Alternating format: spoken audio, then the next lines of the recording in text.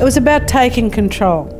It was about us having enough of not having equality in our own country.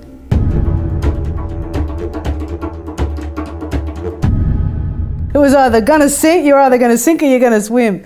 So, and they knew when they recruited new solicitors, and of course when Peter and them had done, when they'd gotten them, we didn't have the level of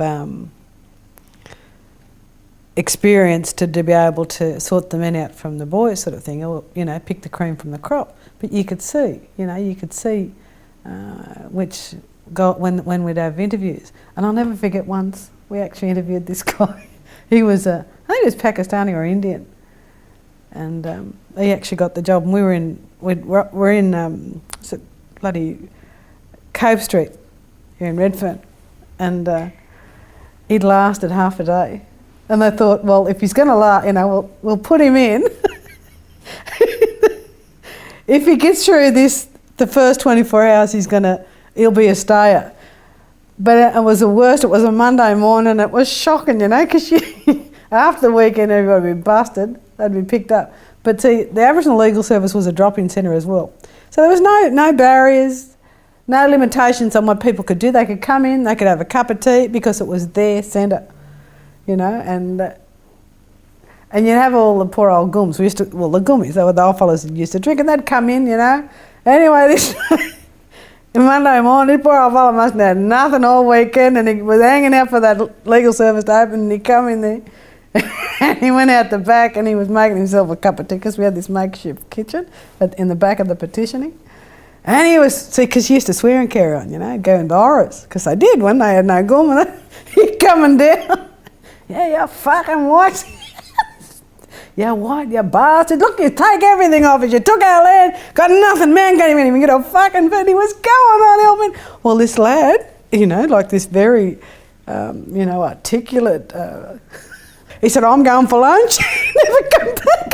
As soon as I said, well, what the fuck did you get that fella in here for? He never even lasted 4 hours. He humped it. And the poor old fella, he was harmless. It's just that he was coming down, And I thought, oh, well, they're one down, So they ended up trotting someone else. I don't know who it was that got the job after him. I don't know if it was Robert Tickner or what, but talk about fucking... I think some of them I'd seen come in was unbelievable. See, at the time when Peter and I had started, Gordon Briscoe was the field officer. Well, at that point in time, Gordon was establishing his own celebrity status, I think. He'd be running in, getting ready to change it on the way in because some TV crew was going to interview him over some other, whether it was a health issue or... Because at that time, the Aboriginal Medical Service was in its infancy as well. But, Gordon was involved in that, and like we were involved in it, a lot of things, but, different things that was going on outside ALS. But Gordon was heavily involved in the AMS, and so he was in heavy demand, for his interviews and whatnot. So there wasn't a lot of field work that was being done by Gordon at the time, so poor old Pete was just left to, find out for himself, like Gordon wasn't going to walk him through. So I think both of us learned together, and what he taught me certainly put me in a good position where I went full steam ahead, and then we got other resources. There was other funding, that was provided later down the track. But once both of us got our feet planted on the ground, there was just no way. We swam, and it was a really good team. I loved working with Peter. He was, as I said, he was really passionate, and I think that he'd go in and he'd win cases that you'd never think would ever come out. The beauty of it with Peter is we were both new, and Peter, for him to say that I learned quickly, he was a brilliant teacher. He was a brilliant teacher. But the beauty of Pete, he was sincere. There was no... The sincerity about what he did was something that taught me a lot of good things in life, because he'd go in, he'd really put a lot of work into it. And he actually taught me, I'd got that way where I'd do the briefs. I would do briefs for barristers, deliver them. So I got to know how to do all aspects. That was the lesson that I had, and it was because of him. It was because of Peter's ability to teach me, that got me there. I mean, I taught him the Aboriginal way, and he taught me. Steve, Martin Sides, Robert Tickner, but Steve was brilliant. He was brilliant. Martin Sides was incredible. Martin just got down. There was no, he got down there. Same with Steve, but they were brilliant. They were our Gubbo warriors that we set around the place, that helped establish some really solid ground. And the beauty of it is that they were well respected and well received by Aboriginal people as well. So, and then when that went, and I honestly have got to say, I think that Peter was the one that certainly laid down the foundation for all the gubbers that came in, all the non-Aboriginal solicitors. See, Alan Cameron was brilliant when he was our principal solicitor, an absolutely brilliant administrator and a fine solicitor as well. So he knew a lot of, the procedural, company procedural aspects and how, an organisation. So he brought some brilliant ideas around strategies and policies that we needed to go forward with because it became big. So we had to grow. With that growth, we had to make certain changes. Because I'd worked my way up from the secretary, receptionist, to the office manager, and then I ended up taking on the CEO, which was classified as the CEO's position. Peter Tobin was the principal solicitor with me. Poor Pete, he died, and he was a brilliant solicitor. Eddie Newman had never worked for ALS, but he was on the management committee for years and very, very well, supportive. They had Al Wooten, we had Al, who was the first chair. You had Ross McKenna, you had Eddie Newman. What we had was the barristers and the solicitors that did all pro bono work. So when Monday morning had come, you'd go into work and there'd be just hundreds, of cases, or nothing like 50 cases at bloody Redfern Court first thing Monday morning. So what I'd have to do is get on the phone and besides Peter, we'd have to get other barristers or other solicitors to go, because they were our list, list of solicitors and list of barristers. So they did pro bono work, and it was, the way that they stood behind it was just unbelievable. It was magic. And the beauty of those days is that money wasn't the main driving force. It was the fact that we were all committed, and everybody that had done what they did it for nothing. So it was true commitment on their part to help change things so that it was going to be a better Aboriginal Australia, but more importantly, a better Australia. There was a coming together of different nations in Sydney. You had Wiradjuri, you had Gambandri, you had Kamilaroi. So they all come together, and all these young fellas. And I think when they connected, they also connected with Reverend Ted Knopfs, way back then. And then, of course, Isabel Coe, she was very active, and heavily involved.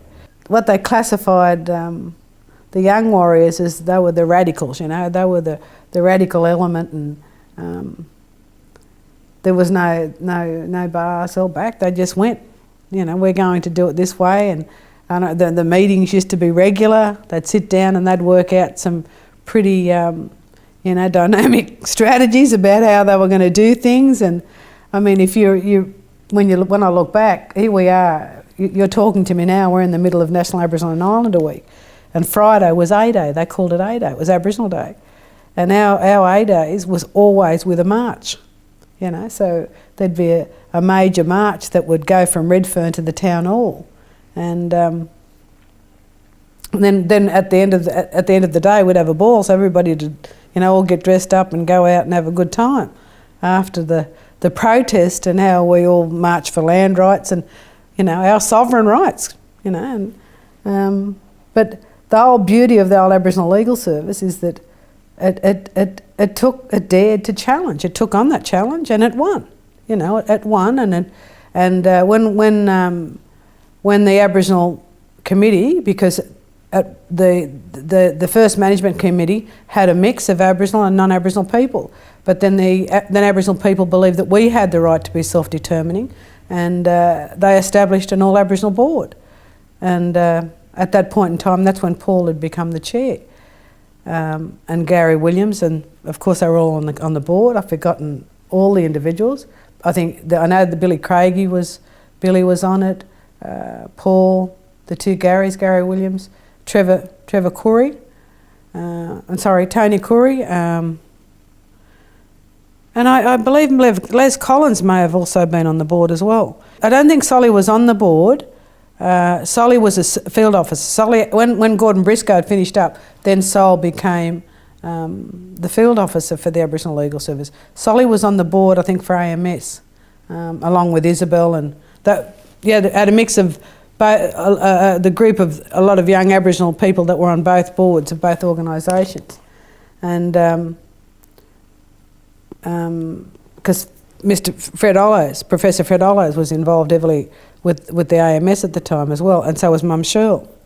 But when the All Aboriginal Board decided that they were going to expand and establish branches strategically around the state, we went without wages, so we decided to expand. We didn't have the money, but what we did is we just opened up offices. Yeah, Moree, Walgett, Cowra, Grafton, Nowra, Wilcannia, Wagga. They were all the branches that we actually started. So there was Moree, Brewarrina, Walgett out in that particular area, in the Kamilaroi area. And then you had Grafton, Kempsey, I forgot about Kempsey. So Newcastle and that came later, Cowra, but they actually went where you had the three major trouble spot areas was Moree, Brewarrina and Walgett, and then Cowra actually established one because of the Aboriginal Reserve and the harsh treatment there as well, and that was a central location that got out to cover the circuit at the time. We had board members that were elected from each particular location. So yeah, and that was unbelievable because we had all of the old warriors, and they certainly weren't down and out. I tell you, you had Lyle Munro Senior, Farfy as we call him. And there was poor Jack A. Smith. They were the first two field officers at the Aboriginal Legal Service in Moree. And Ernie Crichton he was one of the marshals. They used to call them marshals. And then in Walgett, an incredible man was George Rose Senior, the bandit. He was incredible. There was Auntie Essie and there was Uncle Tombo Winters, and Auntie Essie, and then Stephen Gordon. Steve actually took the job on in Redfern when I was office manager as our executive officer. He was our first Aboriginal executive officer in Redfern. Steve had actually come down from Bree and took on the job. Teddy Fields was the chap from Walgett. And in Grafton, we had Denise Capine, who was the first secretary that worked in Grafton, and Tony Barrett, he was a field officer. In Kempsey, there were different. Paul Greg Davis, he's passed on. He was a field officer. Ernie Magny, he actually worked in Kempsey, and of course we actually also set an Aboriginal Legal Service up at Mount Druitt. So that was done in the early days as well. We set up out at Mount Druitt, and Dave Nichols actually worked out there as a field officer. Self-determination and land rights was at the top of the agenda. You know, that was there. What further actually made that fire in the belly even, burn to the extreme was the harsh treatment that Aboriginal people were receiving, at the hands of the police. So they were just, what was going on in Redfern was absolutely atrocious. It was criminal on the authorities' part, where they were just bashing and arresting. And then the same things were happening, in these small country towns. So enough was enough. There was no way with the young men. And when you look at the young Aboriginal men and the women that were heavily involved in the establishment of the Aboriginal Legal Service, they'd all fell victim to that very harsh treatment, and were on the receiving the full brunt.